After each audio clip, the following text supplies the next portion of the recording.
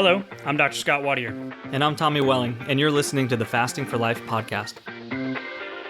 This podcast is about using fasting as a tool to regain your health, achieve ultimate wellness, and live the life you truly deserve. Each episode is a short conversation on a single topic with immediate actionable steps. We cover everything from fat loss and health and wellness to the science of lifestyle design. We started Fasting for Life because of how fasting has transformed our lives, and we hope to share the tools that we have learned along the way.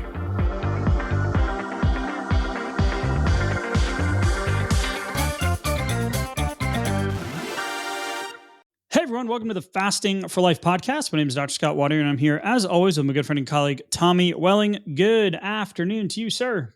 Hey Scott, how are you? Fantastic, my friend. Excited for today's conversation. We are going to be doing a listener Q&A.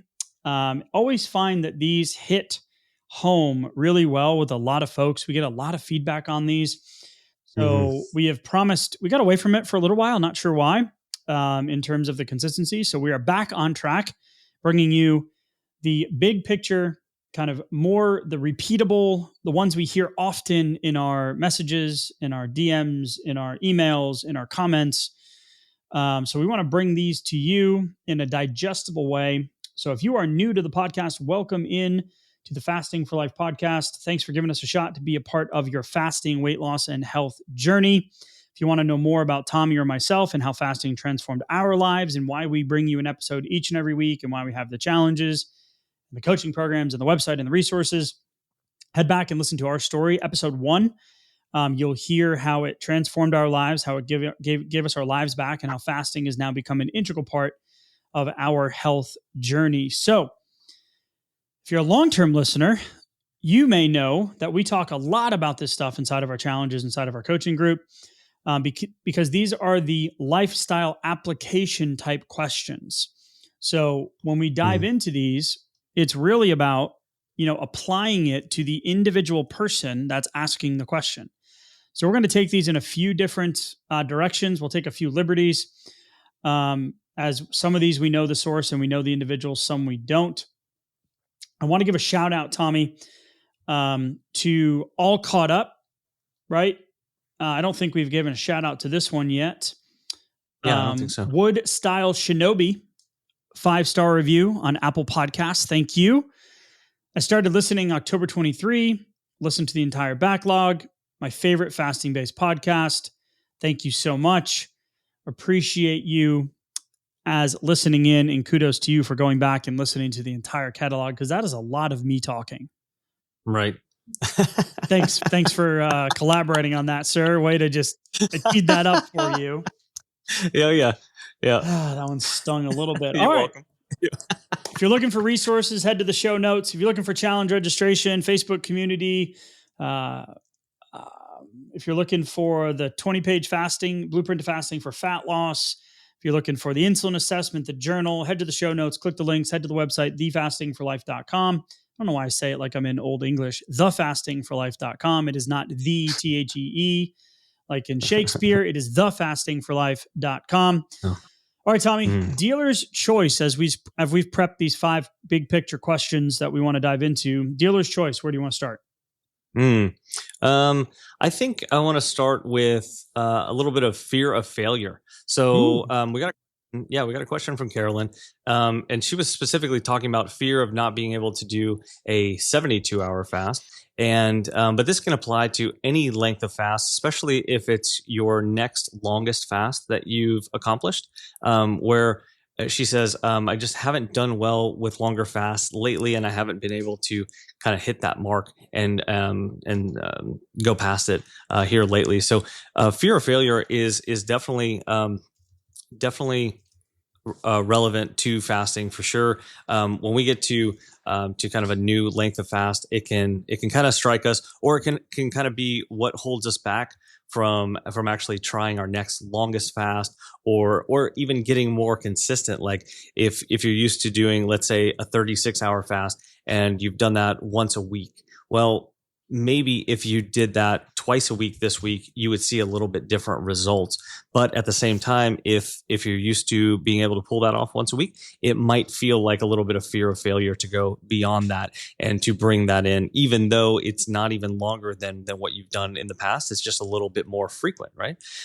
So it can definitely show itself in different forms. But my advice for Carolyn here is that when you're looking at potential fear of failure, you should know that the last time that you attempted this, or if you've never attempted it at all, you are now a different version of yourself than you were back then, or than you were prior to now. So what I mean by that is that your mindset is continuously evolving, and for the most part, it's improving as you gain experience with fasting, as you make different choices, and you see what the results are of those, how you feel, how the scale responds, how consistent you can be, and how you can actually adapt these tools into your lifestyle, some successfully and maybe some not so successfully. Well, not everything's going to work for everybody, and so that's okay. So rather than looking at those as failure points, those are learning opportunity points for sure. And so when you come into your next longest fast or your next attempt at something that you haven't done, whether it's fasting or otherwise, it could be completely unrelated to fasting too, but it will still apply. You come to that with different knowledge, different expertise, and a different outlook than you did before. So I'm going to say, jump into it. Fear be damned here, and go. Let me just take a leap of faith a little bit here and jump into it, and then see how it goes. And then I'm going to learn something from it, even if it's imperfect, and even if I don't quite successfully pull it off, I'm still going to learn something from it. And guess what, Carolyn? There's going to be a really, really good chance you are going to pull this thing off anyway, right? Yeah, and one of the key things you mentioned there is that, knowing a little backstory here is helpful. And if you've lost a bunch of weight, right? If maybe you've been at a plateau, or maybe you're getting close to your maintenance goal and you've been Mhm. doing it, and now your goal or your intention for wanting to do a longer fast has changed, right? So Yeah. initially, when you start out, you might be like, I got to lose weight. Man, I had a crappy weekend. I can't believe I fell off the wagon again. I ate all the stuff and I feel like crap. And I'm just going to do a 72-hour fast. Yeah. Been there. Yeah. Well, starting off with high carb, maybe weekend drinks, alcohol, high stress, Hmm. poor sleep, right? All of that stuff can contribute to making the beginning part of the 72-hour fast hard. There's a 48-hour, Or impossible. or impossible.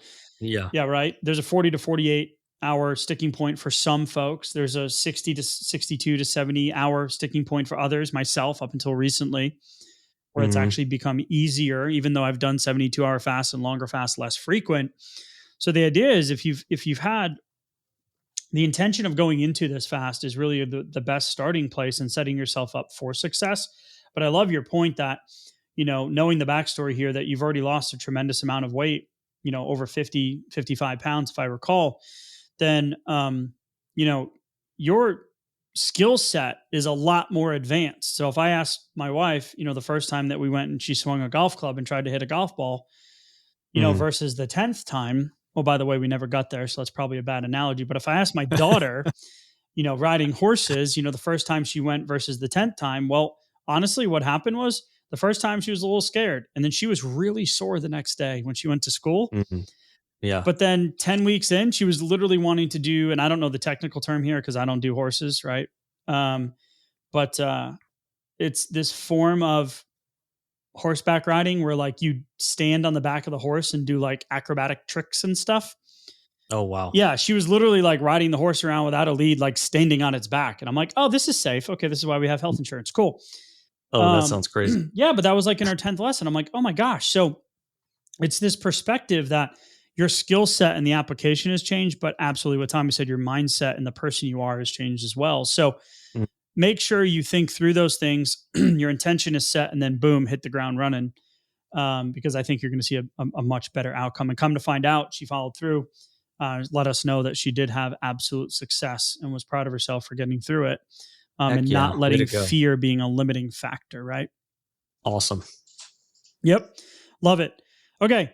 So here's a great question.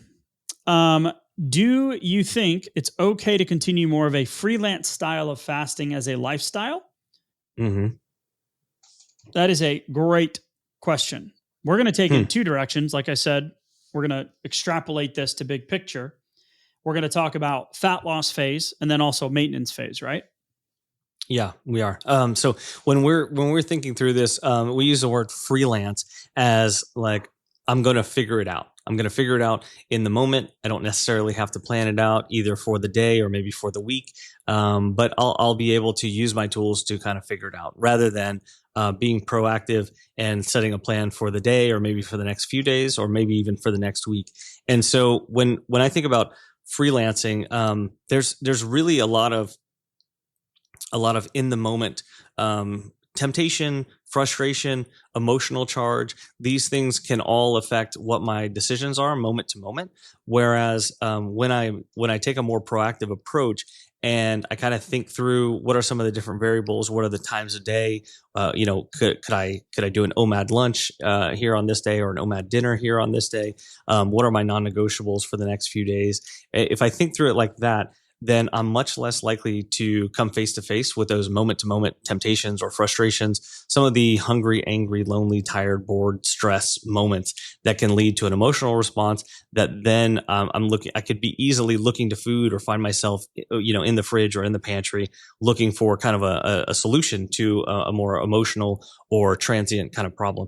So that's the danger side of freelancing, whether you're in a fat loss phase or a maintenance phase. And so specifically in a fat loss phase, if you're finding yourself doing more freelancing like that, it will make your fat loss phase much, much less efficient.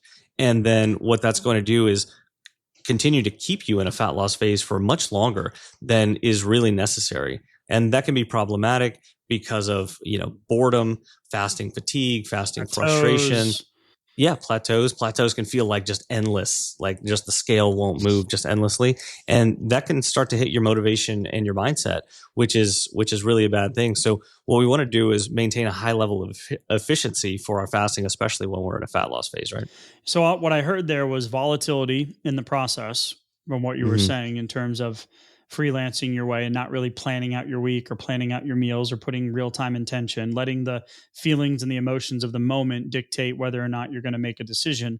That Hmm. personally, that got me into a lot of trouble in my weight loss and health journey prior to, a lifestyle change when it came to fasting. The second Hmm. thing I heard there, so volatility in the scale and also how you feel, which then just fuels the fire of the decision making process. Yeah.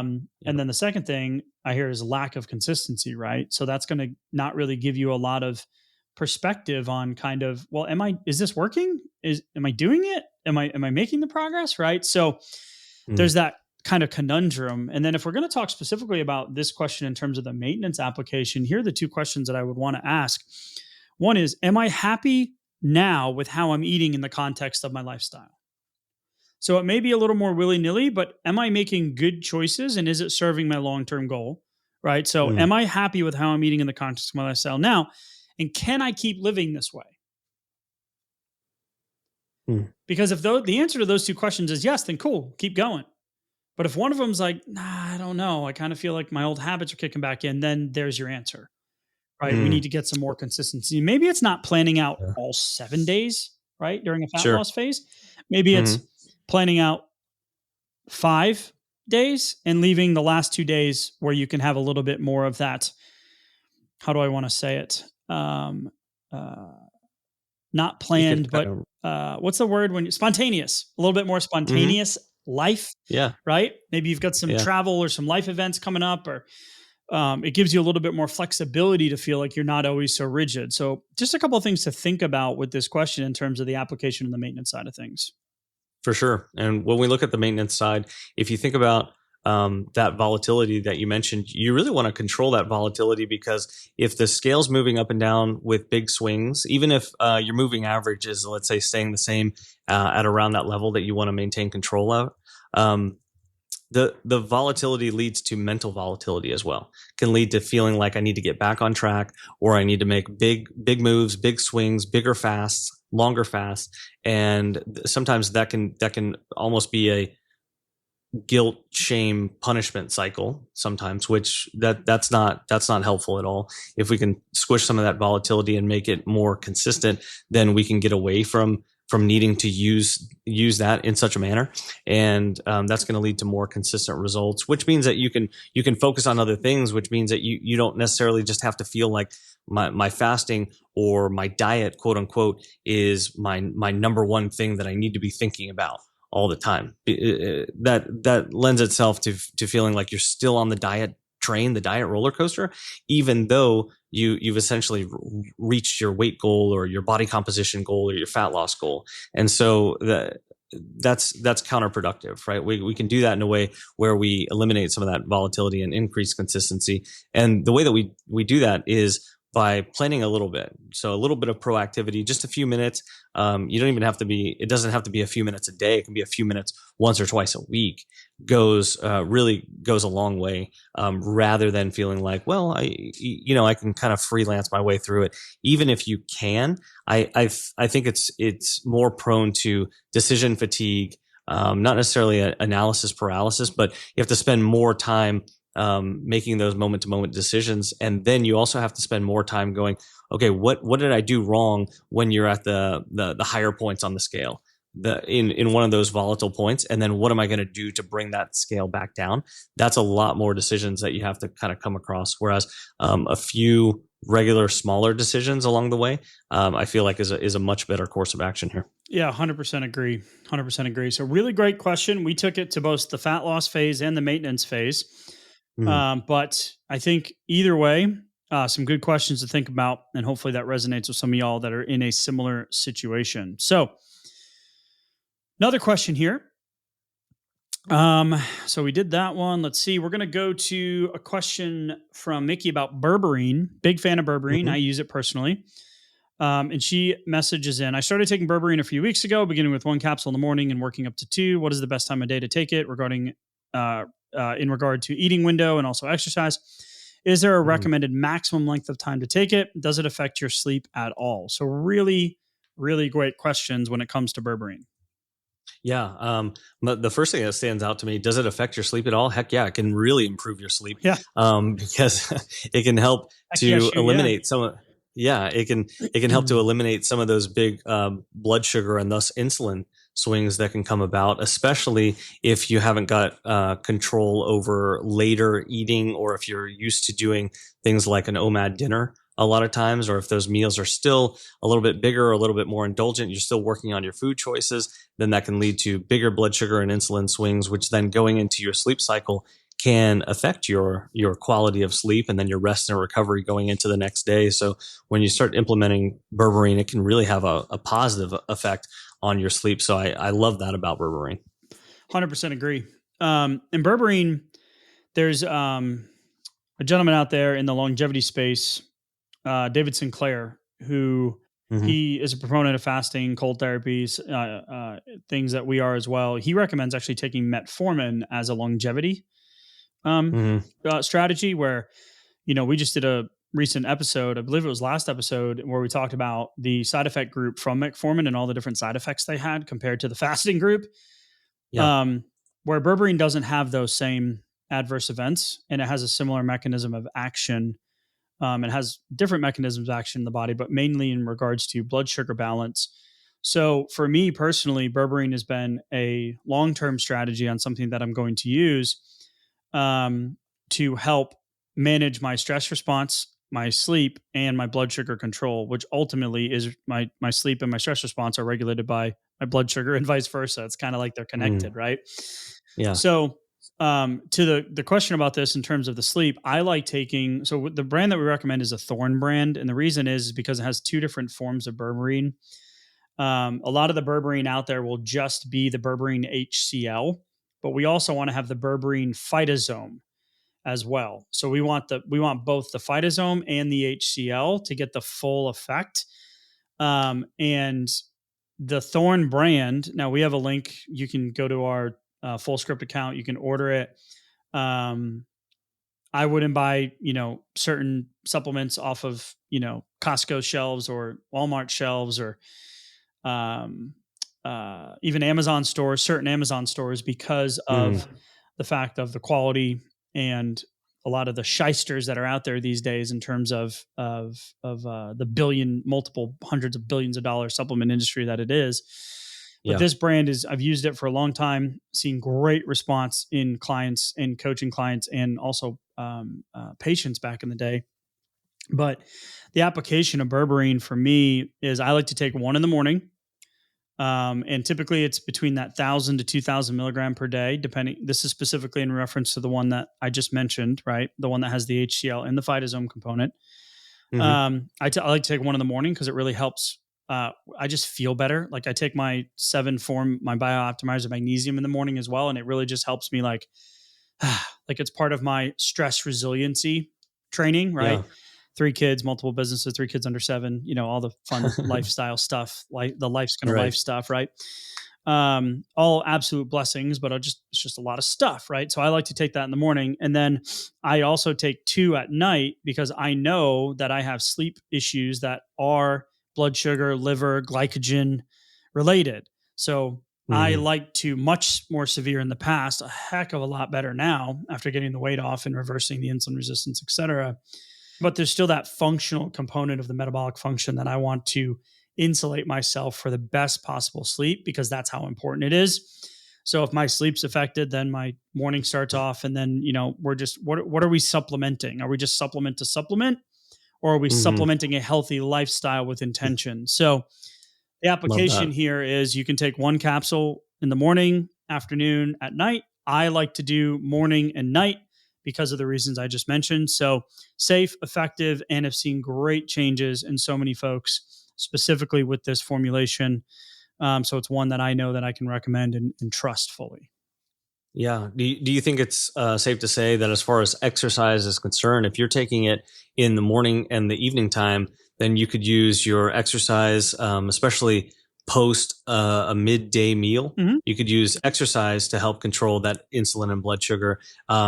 So rather than Yeah. putting another dose of berberine in there, use the exercise component there, and then keep the berberine in the morning and the evening. You think that Yeah, would be a good absolutely. I way forgot to think about that. about it? She had asked about The exercise the component? exercise Mhm. component. And I remember looking this up at one point. I think it was it wasn't Huberman. It was maybe the Performance or Human Performance Institute. I can't remember, but they talked about Mhm. berberine, and how it doesn't directly affect exercise, but it may have an impact on results. So it can increase energy, encourage fat loss, and encourage energy storage in the muscles. So if you're doing intense workouts, then it could be beneficial for muscle growth.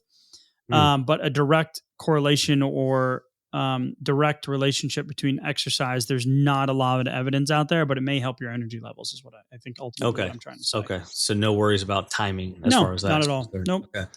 That's great. Yep. That's great. So big fan of berberine. Let's see here. So we asked that. We asked that. Okay. So this is a question, and this came from the question inside of our coaching group. And it was, I read Dr. Mindy Pelz's book, Fast Like a Girl. Absolutely great. Mhm. Love Dr. Mindy. She's been in the fasting and health space for so many years, which advises against fasting the week before the menstrual cycle to maintain proper progesterone levels for regular periods. Absolutely agree. Mhm. Recently, after returning from a holiday, I resumed fasting and noticed my period was delayed for about 5 days. Do you think this aligns with Dr. Pelz's advice, or could other factors like stress be at play here?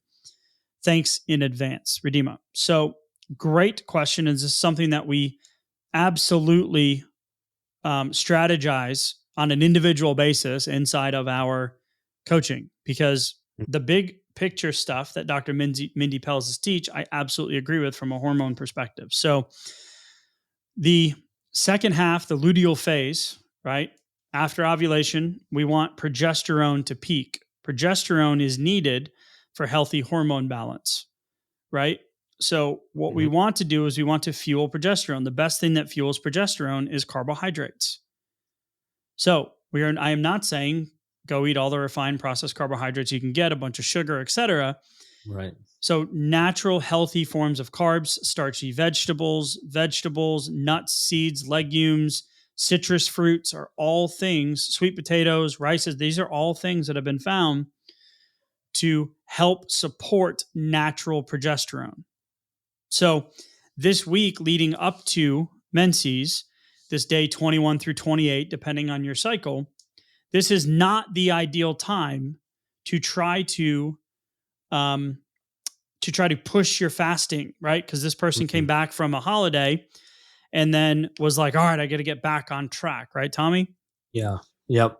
And it wasn't your average holiday either. It turns out it was more of a work related, high stress, low sleep, Up all low night. control over food choices, Yeah. yeah, Yep. type of holiday, which means that that week right there was already a higher stress time, a higher like pushing the envelope as far as physiology is concerned, Mm-hmm. not getting good rest and recovery, not getting great nutrition. Although she said she did keep it within reason and did better than she had in the past, which was excellent.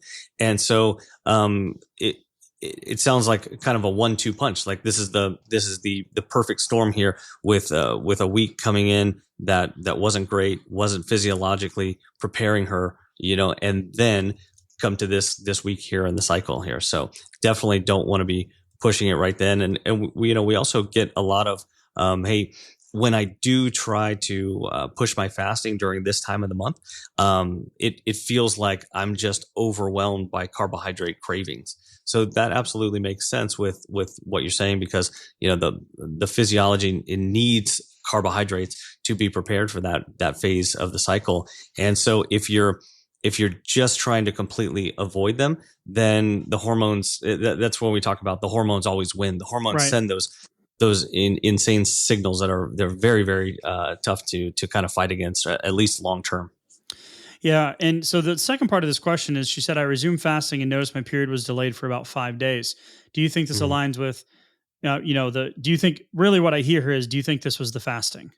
Right. Sure. And the Yeah. reality is no, because the weeks leading up to this, right, you were doing the fasting properly, following the proper windows. So what I feel is like your complete disruption of your circadian rhythm plus the stress and the food choices, which would Hmm. lead to a shift in a normal menstrual cycle. Now, we're Yeah. taking some liberties here because we're not looking at individual hormones or the individual labs or anything like that. But as a one-off situation, right? If you're continuing to fast and do long extended fast and be in ketosis consistently through this week, then yes, long term, after multiple white knuckling exposures, you could potentially create an imbalance. But the story of what we hear now, it is anecdotally, but in my wife's clinic, in my own experience in being in clinical practice, and then my wife specializes in fertility, family planning, hormones, postpartum, et cetera. So lots of experience in Mm. this space, as well as my previous clinical experience. And then in our coaching experience, one of our coaches, she had the complete opposite effect. When she started consistently fasting, that's when her actual cycle returned because it helped balance the hormones. Because if we go upstream from the sex hormones and the adrenals and all of the estradiols and progesterones and estrogens, if we go upstream from that, insulin is going to be a driver. So it can be Hmm. a driver of dysfunction, just like insulin resistance, a form of PCOS, is insulin resistant driven, right? So Hmm. it is a direct correlation between the two. So we want to, divide and conquer here is in this situation. No, I believe fueling your body, doing some shorter intermittent fasting windows during this time, getting your sleep and stress levels back, and then focusing on quality, nutrient dense, natural forms of carbohydrates, like I mentioned, is going to serve Hmm. you much more in the long run than kind of this one off situation. Yeah, and just to put a fine point on it, when you're reaching that time when you need to bring in those carbohydrates strategically, and you need to back off of the longer fast, it's like the first step there is permission to do something a little bit differently, Right. compartmentalizing it, right? Give Because yourself a if you're going through window, is what I'm hearing. Yes. Yeah, because if you're going through the rest of the month feeling like you're right on track and this is what I always do, and then now you bump up against this 5-day period, maybe this 7-day period that you need to do something different, it can almost feel like if you don't give yourself permission ahead of time, it can feel like you're off track or that you're Mm-hmm. undisciplined or something else like that. So I think compartmentalizing right there and saying, you know what, I'm going to make really, really good, nutritious, intentional food choices. My fasting hours will be lower, but my food choices could even be better than throughout the rest of my cycle, throughout the rest of the month. And then you're likely to get great results that way, and probably see less scale volatility and perhaps less blood sugar and insulin, and perhaps some confidence, some increased confidence, in that strategy as well.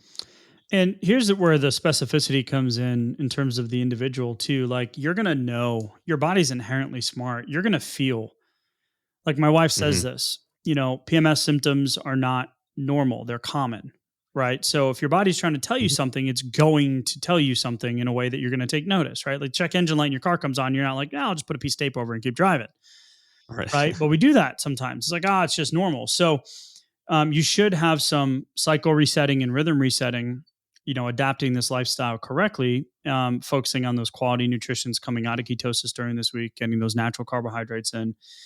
But you'll notice, like, if you feel like you're more tired, or you have more cravings, or the snack accidents, or like you want to just, like, your body literally between this period of time burns more calories on a day-to-day basis because of the hormonal driven processes that are taking place. Mm-hmm. 2 to 3, sometimes 400 calories more, depending on your body size, right? So you need more food and fuel during this time, right? So short term, can you white knuckle it through? But your body's going to tell you, you'll feel the cravings, the fatigue, even if you've slept, brain fog, energy changes. Your body will tell you, and that's going to be a time where it's Mm. like, okay, hey, maybe I need to really rethink this part. So great And question. and Go ahead. Oh, yeah. The problem can be that if you do white knuckle it through that period, you could be less resilient and have a lower level of your mindset going Yeah, into the following weeks, which is when you could push the envelope a little bit more, or focus on the fat loss phase if that's right. the season that you're in. And so you don't want to kind of burn through that fuel prematurely when your body's trying to tell you not to anyway. You Right. know. Absolutely. So that's why we love talking about this stuff individually, Hmm. because big picture, yes, the big concepts apply, but then there's also those tweaks and things that we can do to help during a fat loss phase, perimenopause, menopause, postmenopause. Depending on your lifestyle, and the differences in the fact that the sex hormones don't stop being produced in menopause, the adrenals take over. So now stress, the HPA axis, that becomes a Mm. really big thing that we need to focus on, the stress resiliency side. So just the personalization of this question, I think, can be applied to so many, but generalized here, I think the big picture, the fact that this question was so great because it hits on all those big picture pieces. So, Yeah. all right, great question. Thank you for submitting it. We have one more. Correct me if I'm wrong, Tommy. Hmm. It is in regards to a question about um, diabetes. So it is, I just joined Fasting for Life a week or two ago. I'm a type 2 diabetic. Last A1C was 6.4. I've never been over that. What are the concerns with fasting for a type 2 diabetic? Great Well, question. Now, first of all, welcome on. yeah, welcome, Tom. So it's actually showing the comment or the question on the screen, which I didn't know I Oh, could do okay, that. So cool. anyway, back on track, peek behind the curtain, leave that in, podcast producer. Nothing to hide here. You get to see behind the curtain sometimes. So there was a question right before this in our inbox that asked, hey, have you heard of a certain book? And I can't remember the book. Um, it was like a program for reversing diabetes, like the science behind the program for reversing diabetes. What are your thoughts on it? And I was like, well, I don't know this doctor's book by name. I don't know. It came out in 2008, I believe, but I like the question of, what are your thoughts? Well, initially, I like any thought on the conversation of reversing diabetes, Yeah, right? Cool. yeah. So I want to come back to that in just a second. So this question about what are the concerns with fasting for a type 2 diabetic? Well, You may be expecting, Tom, for me to say, well, we got to really worry about low blood sugar or diabetic ketoacidosis, or we got to think about insulin or medications. Yes, those are all concerns, right? Mm-hmm. However, most of my response here, Tommy, and most of what we talked about is going to fall into the category of not breaking the first two rules of fasting, which are don't talk Mm-hmm. about fasting and don't talk about fasting. And also knowing how to have the conversation with your healthcare provider that this is something that you're going to do. Not Yeah. asking for permission, but letting them know that this is what you're going to do and you want them to help you implement this into your lifestyle. So, Sure. Yeah. let me knock out the technical stuff first is anytime you're on any type of, and we just did an episode on this, blood sugar altering or lowering medications like metformin, Jardiance, especially insulin, Mm-hmm. you're going to be forcing your blood sugar low. And the low reading on the meters will go off at 70, right? Milligrams per deciliter, 70. Mm-hmm. We see clients and personally numbers that go down into the 60s and 50s.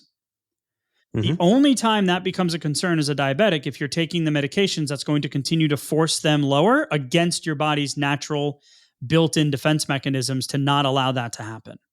Mm-hmm. So, as a diabetic, you're probably not going to see those numbers go that low if you're just new to fasting, Tom, right? But your A1C is low enough where you might. So, I just want you to be aware of that, that the medication can force it low. So, anytime you feel ill, right? Or you feel like you get that clammy, nauseous type feeling, okay, Mm-hmm. break your fast, break it slowly, and take a break, and then we'll reassess, right? But in Yeah. most cases, most folks, if you're and monitor your blood sugar at home, right? Mm-hmm. But if you see some lower numbers and you still feel good, then and you're not about to stick yourself with insulin, then you should be okay. Yeah, I like the idea or kind of the culture shift, if you will, of if you're feeling ill and you need to break that fast, then not only slowly and with a small meal, but something lower carbohydrate too. Think healthy fats, think good protein, Mm-hmm. and low to moderate good sources of carbohydrates. Because I know that there's a lot of talk about bringing in something sugary to kind of quickly. It wouldn't be in the vein of breaking that fast. It would be in the vein of controlling a hypoglycemic event and bringing in something like really sweet or Right. some source of sugar, some juice, some soda, something like that. And so if we're thinking about this differently, it would be what's a good food choice that I could make to break that fast because I need to. Right. That's also going to serve me as far as less blood sugar and less insulin volatility and doing better for getting into my next fast as well. Because if we can do that and make those choices most of the time, then we're going to have a much easier time getting into the next fast rather than feeling the cravings and all of the volatility that can come in with bringing in processed forms of carbohydrates. The other side of concern with diabetics is something you'll hear: diabetic ketoacidosis, right? This is Mm-hmm. going to be incredibly thirsty, urinating often, feeling a need to throw up, not just a little uneasy stomach pain, weak, shortness of breath, fruity scented breath, confusion, right? Diabetic ketoacidosis is high blood sugar. It's the opposite of this fear of low blood sugar, and it's high ketone levels. So the P strips that Right. everybody, if you're new to fasting, like to use to see if you're getting into ketosis, those aren't designed for you. They're designed for diabetics to make sure that we're not getting into diabetic ketoacidosis, which is completely, Right. yes, you need to get it addressed, but it's reversible. It's fine. So we're not talking about that here. We're talking about the other side. I just wanted to mention it because that can be like, what are the concerns? This will come up from time to time. So I Yeah. want you to know that that's not what we're talking about here. Yeah. So the other category of considerations outside of the physiological stuff is going to be the insulation. So if you tell someone, if you think diabetes, people are going to be like, blood sugar, right? Oh, you got to eat. You got to consistently eat. File the diabetes Right. recommendations, the Right. ADA food pyramid, right? And maintain those levels. Crap. Maintain the levels, right? Keep your blood sugar between the levels. Reduce the volatility. Make sure you're getting in all of your servings of grains, right? All of that stuff. Yeah. So there's this thing that happens is you need to insulate yourself from yourself. And what I mean by that is keep it quiet. Let your spouse know, right, that you're not hungry. Be honest with them. But like your circle of friends, people at work, they don't need to know that you're doing fasting because as a Mm. diabetic, they're going to express concern for you out of fear and they're not going to know the why and they don't know what you know. Right, which is fasting can be an incredible tool. And we've just done some research article reviews in the last few episodes. And if you just go back, we've done dozens, probably, I'm sure maybe even half are regarding the efficacy of fasting and blood sugar or diabetes reversal or Hmm. prevention, right? So, Yeah, as well as the safety of it. as well as the safety and efficacy of it. We just did the last episode was showing that it should be a lifestyle intervention before medications like metformin and Jardiance, right? So, Absolutely. Yeah. before we ever get to insulin requirements. So, having a father that was on 120 units of insulin and 15 different medications and the highest dose of metformin and other types of Trulicity and Jardiance and all these different types of things, and his numbers were still going up. His numbers are now the best they've ever been without the medication, but there's a transition there. So the last piece of this is you got to let your doctor know that you're doing this. So you need to be your own health advocate, right? You need to be like, hey, this is my plan. This is what I want to do. And what do I need to know from your side in terms of changing my medication, Hmm. right? We're not telling you to stop taking your metformin on the days you fast, but there's going to need to be changes that happen. We just had this conversation with a coaching client inside of our VIP experience, right? And Hmm. it was like, I'm starting to feel this way. Okay, how much weight have you lost? Well, I'm 5 pounds away from my 50-pound weight loss goal. Great. Well, I Wow. think you might need to have your armor thyroid altered that you've been on for 40 years. Well, the doc Yeah, your said body's different. the doc said it's fine. I'm like, there's no way almost 50 pounds less eating a Hmm. completely different lifestyle that doesn't have to be altered Yeah. or stopped, right? Depending on the Yeah. situation. So being able to go into that conversation confidently that doctor works for you, right? And that you want their support, right? You're not asking for their permission, you're asking for their support. Those are Hmm. the two categories. The insulation of your goals. Don't go around telling everybody you're fasting if they know you have diabetes, right? Because there's going to be fear from them, which is just going to make your journey much more difficult. And then making sure that you're able to have that conversation with your provider. Yeah, absolutely. I love all of those recommendations, and even just the fact that if you're looking for foods that are let's say ADA approved foods, and you're still looking at those guidelines and recipe packs and things like that, those can also be full of a lot of processed things and a lot of things that aren't necessarily beneficial from a blood sugar and an insulin standpoint, and then from a cravings and getting into your next fast and all of those kind of things. So at first, so when Tom asks, what are your concerns for with fasting for a type 2 diabetic, one of my concerns is also just the culture behind that label of being a diabetic, Right. and then having seen all of the books, because I have parents and grandparents and aunts, uncles, trying to think who in my family, what label in my family that I don't have an example of a diabetic patient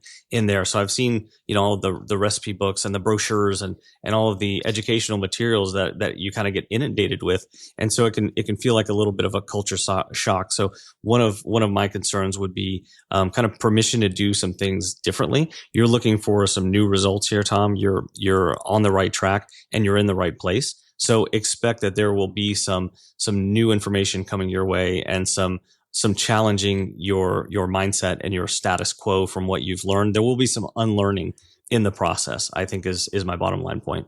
I would also like to add the absolute importance of hydration. So make sure Mm, you're getting your yeah. water and your salt, your trace minerals in. It's Mhm. going to make your blood sugar balance and your energy levels and just the process so much easier. So we talk a lot about hydration and not just water. So you can go back and find the podcast. Feel free to reach out and ask the question as well. But proud of you for doing something and taking an action, right? That's opposite of what you'll typically be told. So keep up the great work. I know you're new to your journey. Check back in with us and let us know how you are ultimately doing. I was going to go down the path of the book. I found it in real time, but I disagree wholeheartedly with a lot of the recommendations in terms of promoting carbohydrate intake and reducing protein content and removing most of the meat-based protein sources for a type 2 diabetic. So some of the culture shock that I was talking about. So initially my reaction was, reversing diabetes, great. And then I'm like, oh man, I don't know if I completely agree with that. So we're just going to shuffle along from there. If you're listening and you're like, hey, he never came back to that. Yep, willingly, I know. I want to do my due diligence first in real time. So anyway, great questions submitted. Thank you all for listening in. Thank you for being on this fasting journey with us. These questions really hit so many different categories of folks that we hear from week in and week out. So looking for support, head to the show notes, Facebook community, Blueprint to Fasting for Fat Loss, upcoming challenges, LMNT. You can get your free box of salt if you've never bought the hydration packs from them before. It's something that we use. And just Tommy, as always, I appreciate the conversation, man. And we'll talk soon. Yeah, thank you. Bye.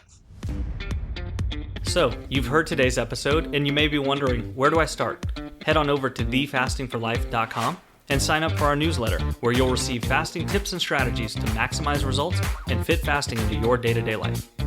While you're there, download your free Fast Start guide to get started today. Don't forget to subscribe on iTunes, Spotify, or wherever you get your podcasts. Make sure to leave us a 5-star review, and we'll be back next week with another episode of Fasting for Life.